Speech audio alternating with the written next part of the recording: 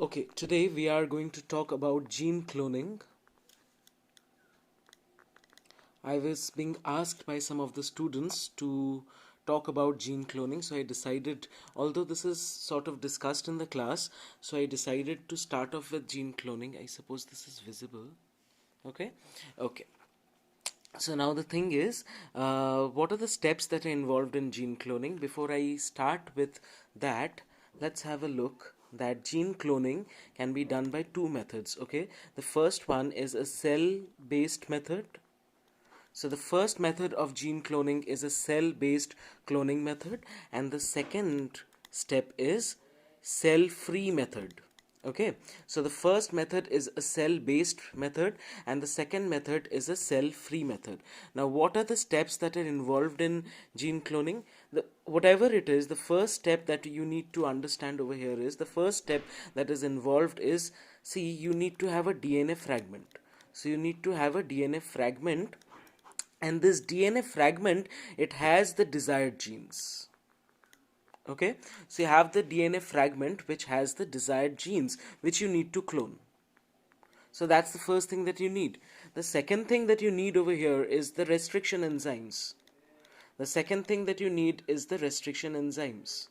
Okay, and of course you need ligase. So the first thing is the DNA fragment which contains the desired gene that needs to be cloned. The second thing that you need is the restriction enzyme and the ligase enzyme. The third thing that you need is a vector. Why do you need a vector?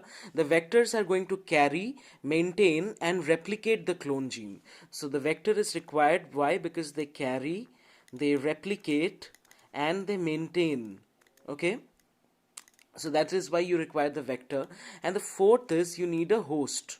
Why do you need a host? You need a host where the recombinant DNA that's gonna get created that can replicate itself. So these are the four things that you require. The first is a DNA fragment which contains the desired gene that needs to be cloned. The second is the restriction enzyme. The third, along with that, of course, the ligase. The third is the vector which can carry, replicate, and maintain the clone that's being created. And the fourth one is the host. Okay, now a fragment of DNA containing the gene to be cloned, it is inserted into the vector, okay, to produce a recombinant DNA molecule. The vector basically it acts as a vehicle. I repeat, the vector basically acts as the vehicle that transports the gene into the host.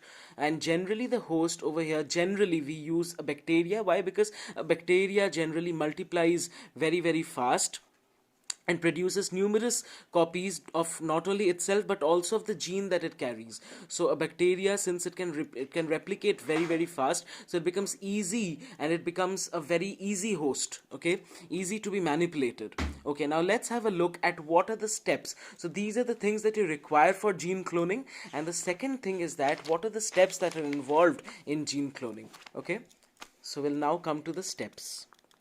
The first step is the isolation. So the first step is the isolation of DNA. Okay, so the first step is the isolation of DNA, which will have the gene of interest, and it will also have the fragment of interest that needs to be cloned. The second is that once this is isolated, you need to insert this into a suitable vector. So the second step is that insert this into a suitable vector. Okay, the third step of gene cloning is that, see, once you have the DNA of interest with you, and you have it inserted into the suitable vector, what is formed? You have a recombinant DNA with you now. So you already have the recombinant DNA with you. Now you should introduce this inside the host cell. So you should introduce this inside the host. Okay, the fourth is the multiplication of this recombinant DNA into the host, in the host. So this recombinant DNA needs to multiply within the host, or it needs to amplify within the host. The fifth is the isolation of multiple gene copy or the protein that is being expressed by the gene. So the protein that gets formed, that needs to be isolated. Okay, the protein that gets formed needs to be isolated. And the sixth point is the purification. Okay, the sixth point is the purification.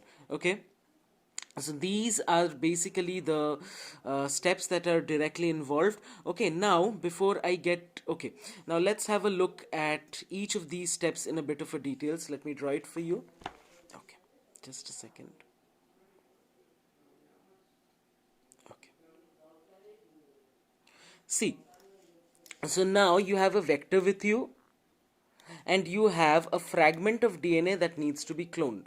Okay, now how is this fragment produced? I had already discussed this in the class, that this fragment can be produced either by PCR or by, you can isolate, either it's directly by PCR, right? You will isolate the DNA, so you isolate the DNA, and from there you require, suppose this is the entire DNA that gets isolated. Suppose this is the entire DNA that gets isolated, but you just need this much portion of the gene to be cloned. So what you'll do, you'll choose the flanking regions. You will basically choose the flanking regions, okay? And after you have selected the flanking regions, you will amplify this. So only this specific portion of the DNA gets amplified, okay?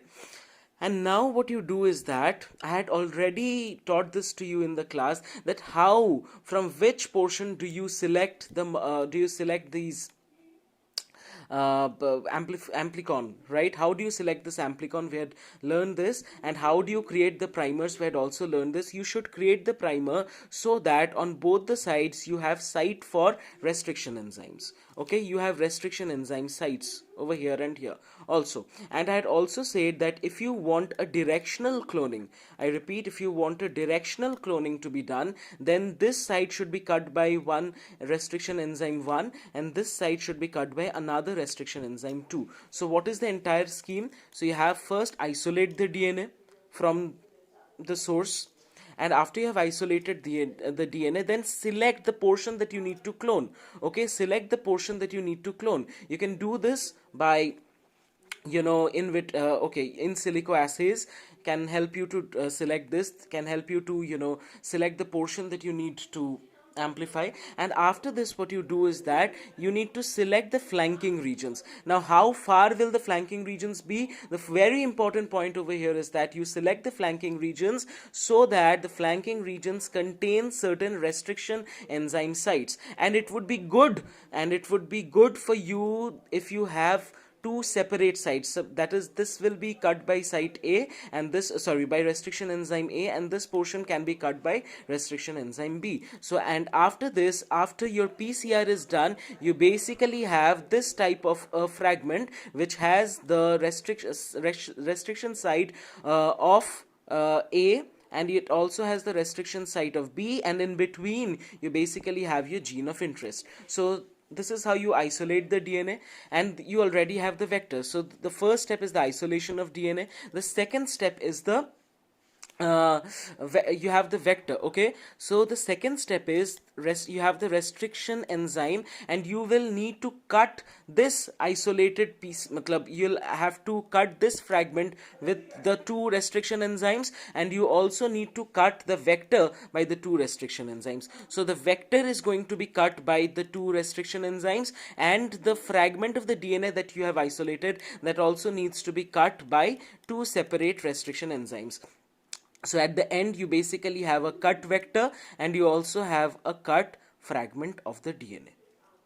I suppose this is clear. You have the restriction enzyme, you have the vector that is being cut by the restriction enzyme, and you also have the DNA. The DNA that you had isolated, you have already cut it with restriction enzyme A and B, and you have cut the vector with the same restriction enzyme. So now the next step, the step number 3 is what? Okay, just a second. So the third point is that you need to, so you have the vector with you, and you have the restriction enzyme with you. So you have, you have the isolated DNA fragment with you, and you also have the vector with you. This isolated DNA fragment is being cut by both the restriction enzymes, and this is also being cut by both the restriction enzymes. So the third step is the ligation step. The third step is the ligation step. What happens in the ligation step? You're basically joining this with this. So this is also cut by the same vector, this is also cut by the same vector. Now you're basically ligating it, and this gets ligated like this. Now what is the fourth step? The fourth step is that you need to incorporate this. You need to incorporate. So now you have a recombinant DNA with you. Now you have a recombinant DNA piece with you. So the fourth step is that this recombinant DNA needs to be incorporated into the bacteria. It needs to be transported into the host cell. And the best method to do that is transformation. Okay, the best method to do that is transformation, or you can also do this with the help of electroporation. So you have the host cell with you, and you are transforming the host cell with this vector, with this recombinant DNA. And what is this recombinant DNA? This recombinant DNA basically is the vector along with your gene of interest. So you have transformed the bacterial cell with this. The third is that the fifth step basically is you need the host to amplify this protein. Okay, so this portion of the gene is going to produce some protein, of course it will, and you need the bacteria to amplify, and along with the bacteria your desired protein will also get amplified. Okay, now the big question is that how to select those bacteria who actually has this protein, or how to select those bacteria which actually has this vector with it. Okay, so I had already mentioned this to you that classically a good vector should have certain properties. Number one, it should have its origin of replication. The second point is that it should be able to replicate. Of course, it needs to have its origin of replication because it needs to replicate on its own. The second point that is that a good vector should have multiple cloning site, that it should be cut by a person should be able to cut this vector by several different restriction enzymes. And the third important thing is that it should have a selectable marker. So here we have already learned that why does it need to have the origin of replication, and why does it need to have this ori site? Because over here, once it's transformed, this vector needs to multiply. For that, it needs to have the origin of replication. Why does it need to have the multiple cloning site? So that the vector could be cut by by more than one restriction enzyme, and this, your desired DNA could also be able to be cut. You could also be able to cut the your desired gene with the same restriction enzyme. Yeah, you needed multiple cloning site for that. And the third is the selectable marker, whether this bacteria has your desired recombinant DNA. How do you understand this? The seventh step comes over here, and that is the selection. Suppose this vector has an ampicillin resistant gene. It has an ampicillin resistance gene. Okay, so if this vector has an ampicillin resistant gene, then what would happen? You basically select this bacteria, and you allow it to grow on a plate which is being supplemented with ampicillin. Okay, and those colonies which can grow in presence of ampicillin definitely has to have the vector with it. Okay, and the vector has already carried your DNA. So this is how you basically select those colonies which actually carry your plasmid of interest. Now this selection procedure is not sufficient. Generally you basically employ a double selection method, and we'll talk about the double selection method in our next video lecture. Thank you.